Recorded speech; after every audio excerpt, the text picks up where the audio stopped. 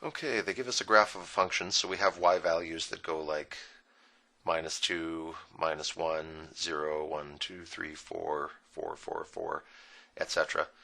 And now they want us to draw the square root of that function. So this is just a crash course in doing roots and in noticing what numbers don't have roots. And that comes up right away. Because here, the function is -2. And so we're supposed to sketch the square root of -2, which doesn't exist. So our radical function actually doesn't exist here, or here, or here, or here, any place that the original curve was negative. Here is where things finally start to happen. Here the original curve is 0.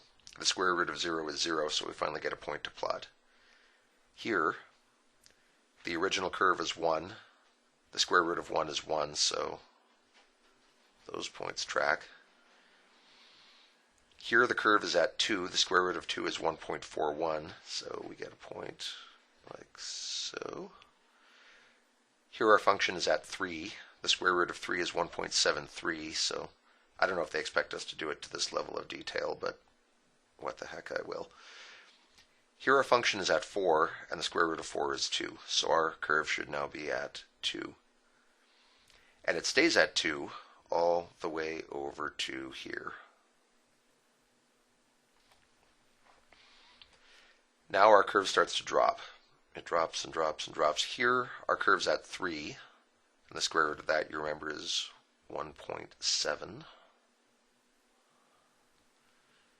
Here our curve is down to 2, so its square root is down to 1.4. Here our curve's down to 1, and the square root is also 1. Here our curve hits 0, and its square root is 0. Here our curve is 1, square root is 1. Here our curve is at 2, so the square root is 1.4. Our curve's back down to 1, so its square root is also 1. Our curve is 0, so the square root is 0. And again, after that, the original curve goes negative, and so its square root doesn't exist. So now we have to try to connect all this. We have this curve that rises slower and slower until it gets to 4, and then it just flattens out and does nothing for a bit.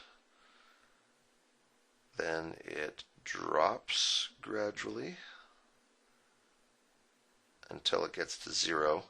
Then it suddenly rebounds. There's like a corner here. It starts to rise.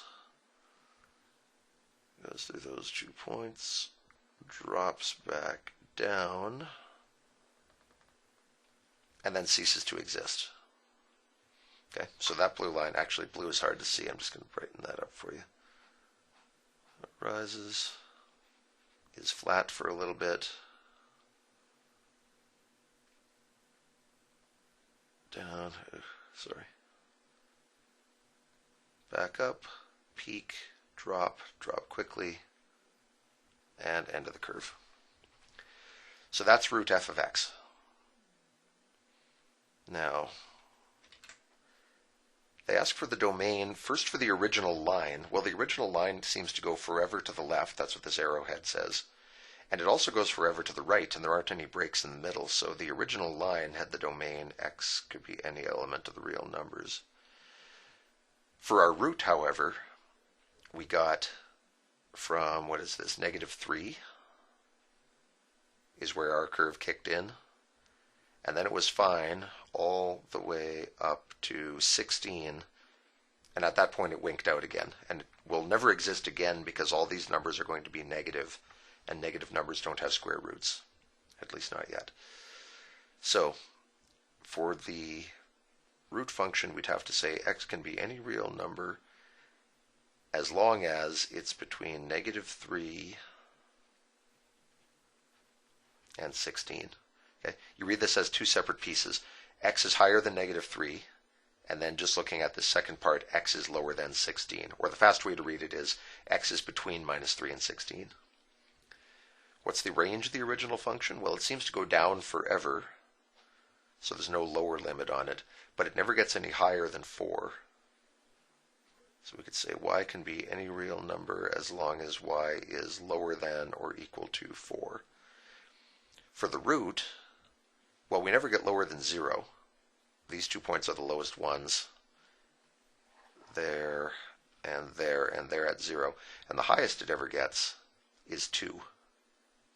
No more than that. So y can be any real number as long as it's between 0 and 2.